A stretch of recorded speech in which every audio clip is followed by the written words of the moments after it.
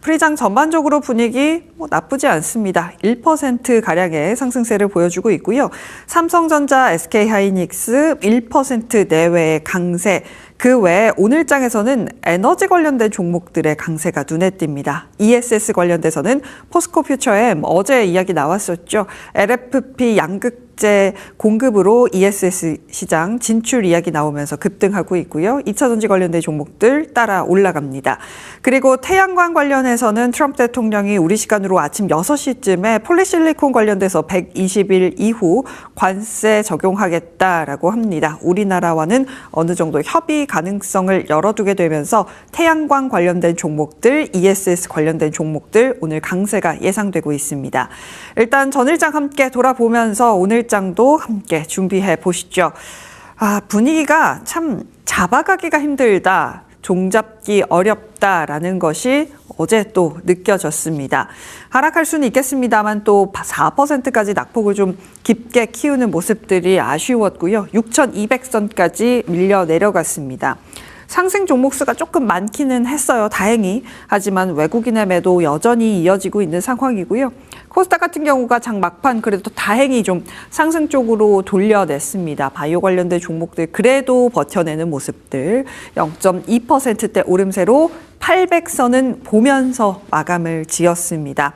외국인 여전히 매도, 오늘 하락 종목 수가 전거래일 역시나 더 많았다라는 점 함께 보도록 하겠습니다. 전반적으로 일단 전자닉스가 꽤 많이 밀렸기 때문에 히트맵상에서는 파란색이 훨씬 더 많아 보이죠. 삼성전자가 6%, 하이닉스 10%, SK스퀘어도 13%대 급락, 삼성전기까지도 9%대 하락이었고요. 이렇게 AI, 메모리가 쉬어가다 보니까 상대적으로 제약바이오 그리고 은행주의 강세가 눈에 띕니다. 금리가 쉽게 떨어지지 않는 환경 그리고 체력이 좋다라고 하면서 은행주에 대한 관심들 계속해서 이어지고 있는 상황이죠. 그리고 어제 한화에어로스페이스 같은 경우는 오르면서 마감지었지만 방산주, LIG 친구들이 참 쉽지가 않습니다. 뒤에서 조금 더 살펴보도록 하겠고요. 그 외에는 2차전지 관련된 종목들 오늘도 어제에 이어서 분위기 좀 타고 갈 수 있지 않을까라는 기대감 함께 가져보도록 하겠습니다. 거래대금도 조금 더 정리를 해볼까요? 외국인의 매도가 이어지고 있는 가운데 거래대금 쉽게 늘어나지 못합니다. 일단 상한가 SK하이닉스의 상한가 기록하면서 지수가 17% 올랐었던 그 이후로 계속해서 20조 원 중반대 거래가 이어지고 있는 코스피 시장입니다. 하루 만에 다시금 외국인이 매도로 전환된 것 참 아쉽죠. 외국인 애프터에서 조금 더 파는 모습들 나타냈습니다. 정규장보다 외국인의 매도가 규모가 커진 게 확인이 되고 있죠. 특히나 금융투자 쪽에서의 매수 그리고 개인의 매수가 코스피 시장에서 이어지고 있는 상황인데도 기관 전체로는 매도로 잡히고 있다. 지금 사모펀드 쪽에서는 계속해서 매도 나오고 있다라는 점 함께 보시죠.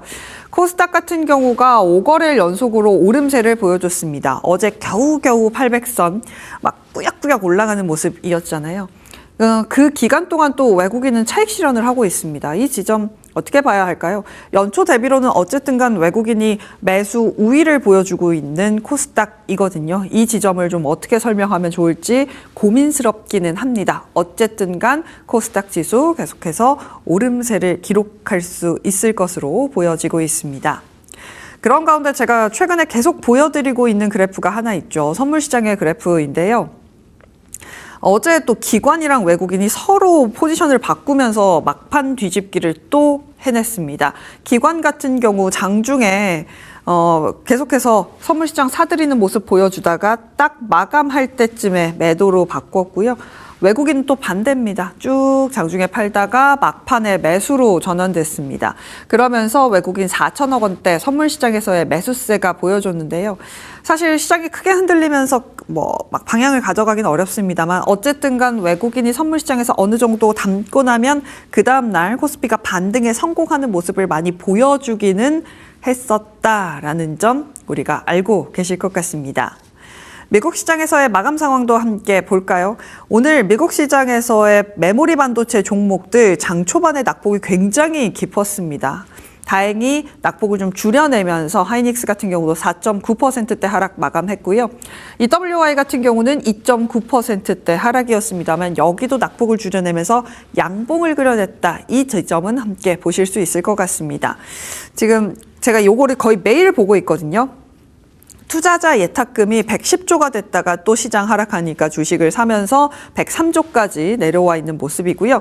신용융자 같은 경우도 고점 대비로는 많이 내려오기는 했는데 또다시 시장 하락하면서 신용이 조금씩 늘어나는 모습들 나타납니다. 28조 4천억 원까지 일단은 올라와 있다라는 점. 그래도 고점 대비로는 어쨌든 간 빠져 있다. 이 지점 함께 보도록 하겠습니다.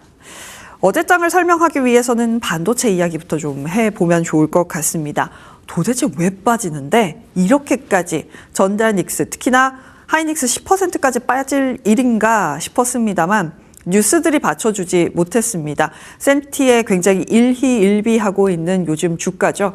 일단 어제 뉴욕 시장 마감하고 나서 샌디스크 웨스턴 디지털 실적 발표했는데 시장의 눈높이가 너무 높았던 탓일까요? 가이던스가 시장 예상치보다 약간 하회하게 되면서 뉴욕장에서 오늘 6%대 하락으로 거래를 마감 지었습니다.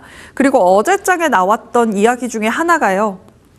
세미 애널리시스 그들의 정확성에 대해서는 우리가 조금 고민을 해봐야 되긴 합니다만 어쨌든 이런 이야기를 합니다. 하이닉스의 ADR이 존재함에도 불구하고 왜 마이크론이 하이닉스보다 더 높은 멀티플을 받으며 거래되는지 물어보는 사람들이 있습니다. 이유는 매우 간단합니다. 기업 지배구조가 존재하기 때문이다. 라고 한국 시장의 특유의 그 기업 지배 구조에 대한 이야기를 하고 있는 세미 애널리시스입니다. 같은 업종, 심지어 시장 점유율은 닉스가 더 높은데도 여기에 이유가 있다라고 하니까 주가는 여지없이 빠질 수밖에 없었고요.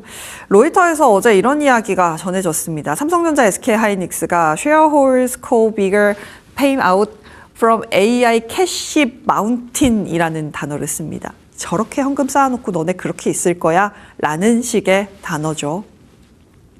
삼성전자와 SK하이닉스가 AI 수요에 힘입어 사상 최대 수준의 이익을 거두고도 구체적인 주주 환원 계획을 제시하지 않자 투자자들 사이에서 보다 적극적인 주주 환원을 요구하는 목소리가 커지고 있다라고 합니다.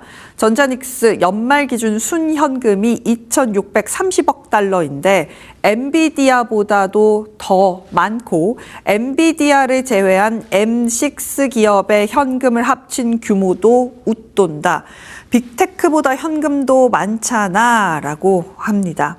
삼성전자와 SK하이닉스는 애플, TSMC 등 글로벌 기술 기업들보다 주주 환원 수준이 낮은 데다가 이른바 코리아 디스카운트에 대한 투자자들의 불만까지 겹치면서 이러한 문제의식은 더욱더 확산되고 있다라는 보도가 전해졌습니다. 주주 환원책 돈 쌓아두고 언제 할래? 라는 식으로 해석이 되면서 주가는 삼성전자 6%, SK하이닉스 10%의 하락을 보여줬다라고 보시면 되겠습니다. 거기다가 한 가지 뉴스가 더 있었습니다. 메모리가 워낙 비싸니까 비용 절감을 할 수밖에 없다라는 보도였는데요. 엔비디아와 하이퍼스케일러들의 메모리 스펙 하향 조정하고 있는 것 같다라는 보도들이 전해졌습니다. 특히나 베라 CPU 같은 경우는 소캠 용량이 26년 하반기에는 192기가였는데 96기가 그리고 27년 1분기 가면 더 낮아져서 64기가까지 갈 것 같다. 쭉쭉쭉 너무 비싸서 더 많이 못 쓰게 될 것 같다라는 보도로 이거 가격을 이렇게 유지하는 게 맞아? 이런 보도들이 계속해서 전해졌습니다.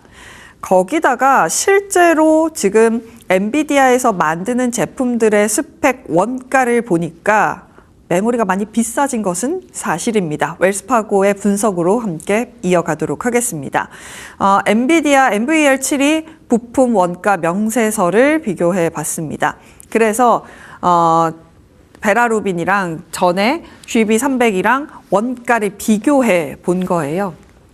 그랬더니 메모리 쪽이 128%, 스토리지도 150%로 급격한 상승이 일어나고 있습니다. 그래서 일단 전체 메모리 비용이 128% 급증했고 전체 비용에서 메모리가 차지하는 비중도 26.6%에서 30.8%로 늘어난 것이 확인이 되고 있습니다. 전체 이 서버 하나 만드는데 30%가 메모리, 이것도 많이 오른 거였거든요. 26%도. 점점 더 올라갈 수 있겠냐, 뭐 이런 이야기들이 나오게 되면서 메모리 관련된 종목들의 하락세가 연출이 될 수밖에 없었다라고 정리해 볼 수 있을 것 같습니다.